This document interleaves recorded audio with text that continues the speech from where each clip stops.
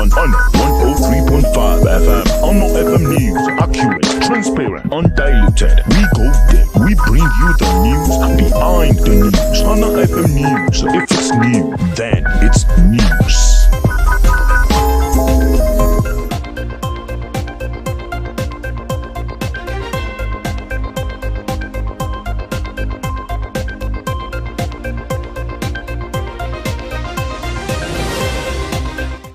Good afternoon and welcome to the World News on Honor 103.5 FM.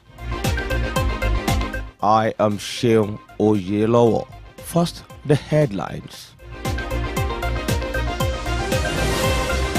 Federal Executive Council approves plans to reduce cost of medicine and create jobs.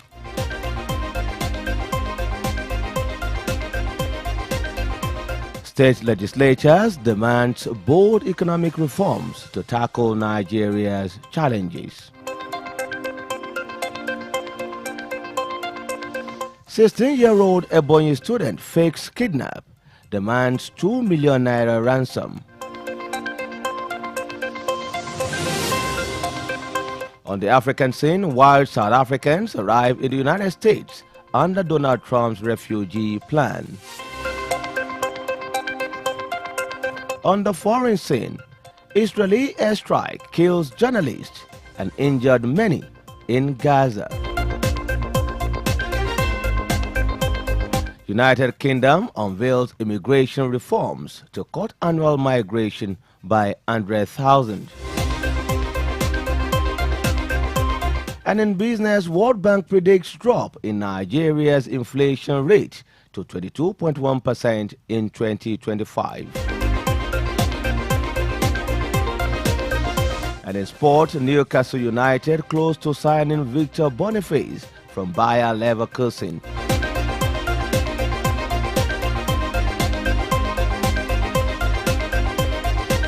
Now the news in details. The Federal Executive Council, FEC, has approved a proposal to drive down the cost of medicines in Nigeria. The proposal, given at a meeting presided over by President Bola Tinubu, will facilitate better pricing and availability of quality medicines. The coordinating Minister of Health and Social Welfare, Professor Muhammad Ali Pati, presented the proposal, which includes the establishment of Medipool, a group purchasing organization for competitive pricing of essential medicines and healthcare products. Medipool will operate as a public-private partnership, leveraging the government's purchasing power to negotiate better prices from suppliers. The platform will initially serve the Basic Healthcare Provision Fund and eventually expand to federal tertiary hospitals. The FEC also approved a contract worth 2.3 billion naira for the procurement and installation of cardiac catheterization machine at the Usman Danfodiyo University Teaching Hospital in Sokoto.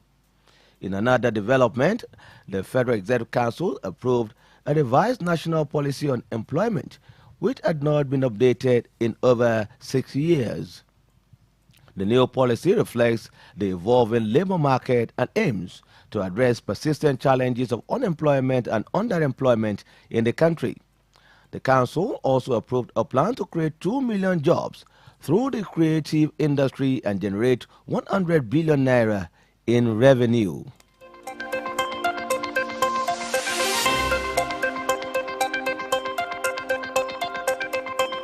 The Conference of Speakers of State Legislatures of Nigeria is calling for bold economic reforms and the establishment of state police to address the country's growing security and socio-economic challenges. A conference chairman, Right Honorable Adebo Ogundori, made the call at the inaugural National Policy Dialogue on the legislative agenda of the House of Representatives in Abuja. According to Right Honorable Ogundori, a decentralized police force would allow states to implement localized security measures tailored to their unique needs. He emphasized the need for collaborative efforts between the National Assembly and state houses of assembly to drive meaningful national impact. Ogundori also stressed the need for a complete overhaul of the nation's security architecture. The conference chairman also reiterated the need for economic reforms and policies that focus on empowering Nigerian youths, boosting entrepreneurship, and strengthening the key industrial strategic areas for the youths, identifying potentials in the agricultural sector, advancement of the digital economy, and improved access to health care.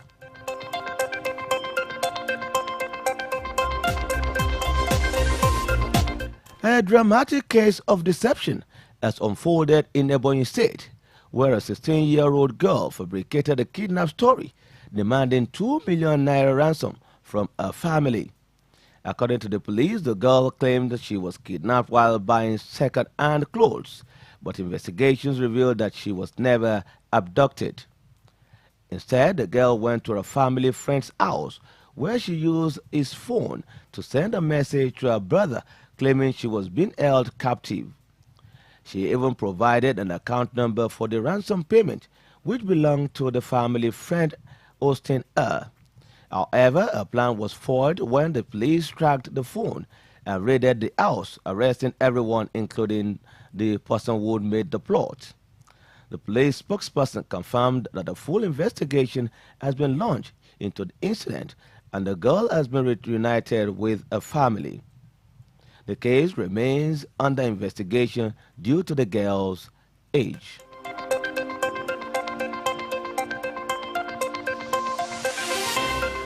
On the African scene, a group of 59 white South Africans has arrived in the United States, where they will be granted refugee status.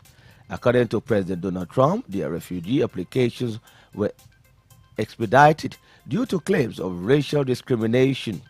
However, the South African government disputes this, stating that the group does not face persecution that will merit refugee status in the United States. The Trump administration has altered all other refugee admissions, including those from war zones. Human rights watchers have criticized this move. The decision has sparked controversy, with some arguing that it's a form of white victimhood, and others claiming that the Afrikaners face genuine persecution in South Africa. The move also strained bilateral relations between the United States and South Africa.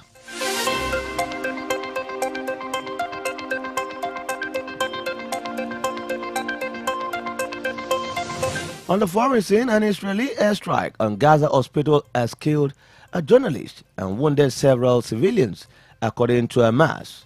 The strike, which occurred in early hours of today, targeted Nasser Hospital in Khan Yunis, where Hamas militants were allegedly operating. The Israeli military claimed that the hospital was being used as a command and control center for terrorist attacks against Israeli citizens and the Israeli army. The journalist killed in the airstrike was identified as Hassan Asley, head of the Alarm 24 news outlet. Asley had been wounded in an Israeli airstrike last month and was being treated at the hospital.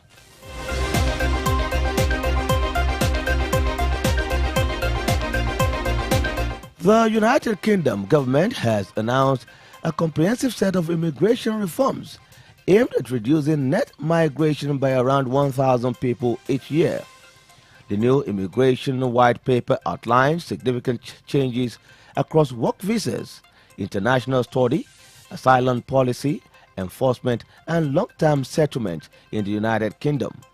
The reform also aims to limit work-related migration by requiring skilled workers to have at least university-level qualifications. The social care sector will be impacted with overseas visas closed to new applicants. However, those already in the United Kingdom with work rights can expand and extend or switch visas until 2028, subject to review. Other changes included reducing the post-study work visa from 2 years to 18 months and introducing a levy on universities' income from international students to fund domestic skills training.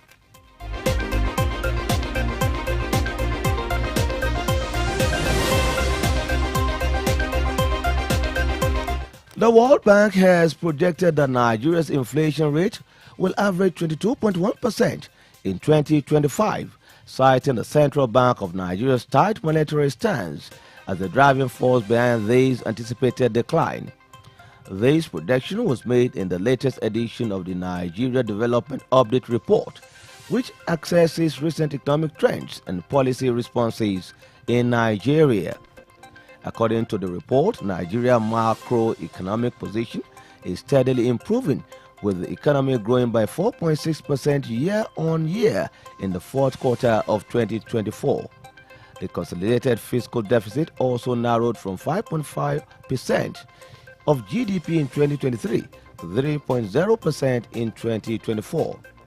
The World Bank has identified the major drivers of elevated inflation in recent years to include the removal of fuel subsidy, exchange rate unification, and rising logistics and energy costs. To achieve long-term inclusive growth, the World Bank recommends accelerated productivity in the job and employment sector.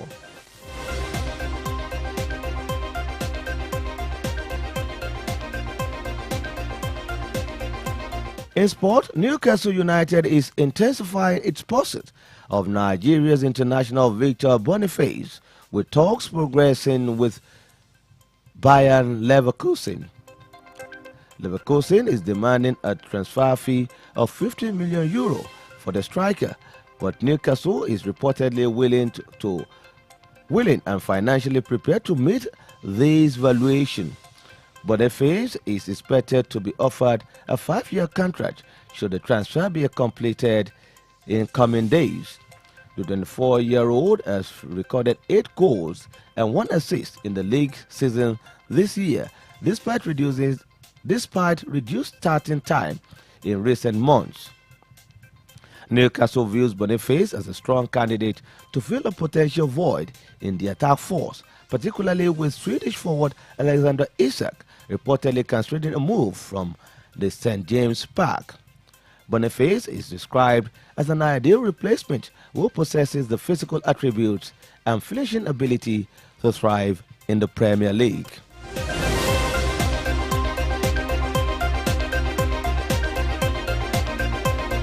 To end the world news, here again at the recap of the highlights. Federal Executive Council approves plans to reduce cost of medicines and create jobs. State legislatures demand bold economic reforms to tackle Nigeria's challenges.